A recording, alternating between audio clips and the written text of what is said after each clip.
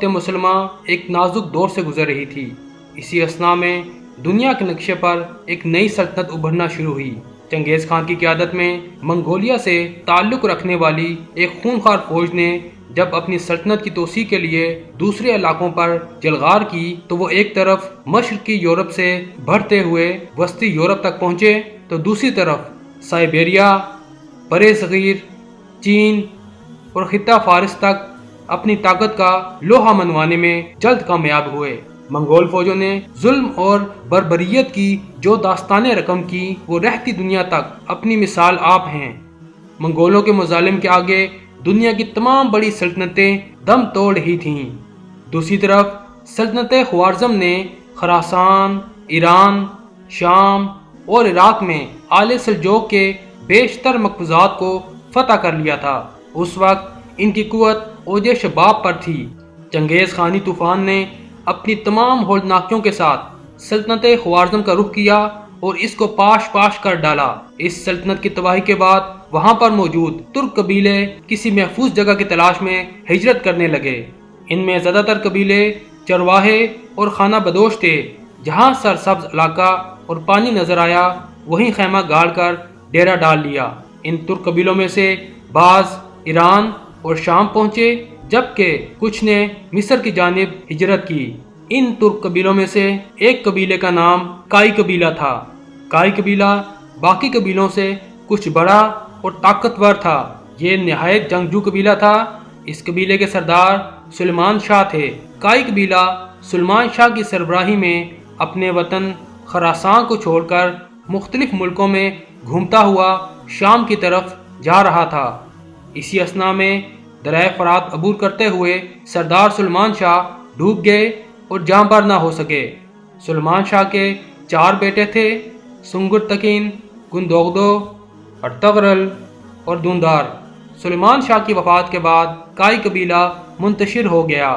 Singer تکین اور گندوغدو اپنے اہل خانہ اور بہت سے ساتھیوں کے ہمراہ اہلت چلے گئے۔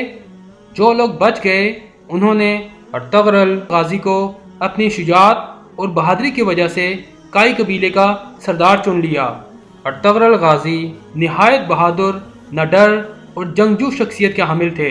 آپ اپنے قبیلے کا دفاع کرنا خوب جانتے تھے، لہٰذا آپ اپنے چھوٹے بھائی دوندار اور تقریباً 420 گھرانوں پر مشتمل لوگوں کے ہمراہ ایشیا کوچک کی طرف روانہ ہوئے اور سلجوقی سلطنت میں داخل ہو گئے۔ سلجوقی سلطنت کے اس وقت کے حکمران سلطان علاؤ الدین کیقوباد اول تھے، جو اپنے عدل و انصاف کی وجہ سے بہت شہرت رکھتے تھے۔ ارطغرل غازی جب اپنے قبیلے کے ہمراہ سلطان علاؤ الدین کے زیر سایہ پناہ لینے کے لیے پایا تخت کونیا کی طرف جا رہے تھے تو راستے میں انقرہ کے قریب ارطغرل غازی کو 2 فوجیں مصروف جنگ نظر آئیں۔ ارطغرل غازی کسی فریق سے واقف نہ تھے، لیکن یہ دیکھ کر کے ان میں سے ایک تعداد کے لحاظ سے کمزور اور دوسرا قوی ہے، اپنے سواروں کے مختصر دستہ کے ساتھ جن کی مجموعی تعداد صرف 444 تھی، کمزور فریق کی حمایت کے لیے بڑھے اور اپنے ان تھوڑے سپاہیوں کے ساتھ مخالف فوج پر اچانک اور بہت تیز حملہ کر دیا۔ مخالف فوج ڈر گئی اور سمجھی کہ ان کو کہیں سے مدد مل گئی ہے اور یہ فوج جیتے جیتے ہار مان گئی۔ بعد میں معلوم ہوا کہ ارطغرل غازی نے جس فوج کا ساتھ دیا یہ سلجوقی سلطان علاؤ الدین کی فوج تھی۔ مخالف فوج کے بارے میں اختلاف پایا جاتا ہے، بعض کے نزدیک وہ بازنطینی عیسائی فوج تھی اور اکثر کے مطابق وہ تاتاری تھے۔ سلطان علاؤ الدین ارطغرل غازی کی بہادری سے بہت خوش ہوئے اور آپ کے قبیلے کو اپنی سلطنت میں انقرہ کے قریب گراجہ داغ کا علاقہ دیا۔ یہ ایک پہاڑی علاقہ تھا۔ کائی قبیلہ یہیں آباد ہو گیا۔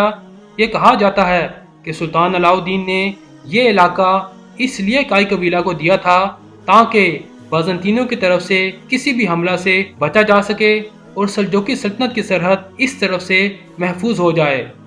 سلطان نے ان کو اجازت دی کہ سرحد کے ساتھ ساتھ علاقوں کو فتح کریں اور ان کو سلطنت میں شامل کریں۔ یہ علاقہ بازنطینی عیسائی سلطنت کے بالکل ساتھ جڑا ہوا تھا۔ ارطغرل غازی نے کچھ ہی عرصہ میں اپنی شجاعت اور بہادری کا سکہ بٹھا دیا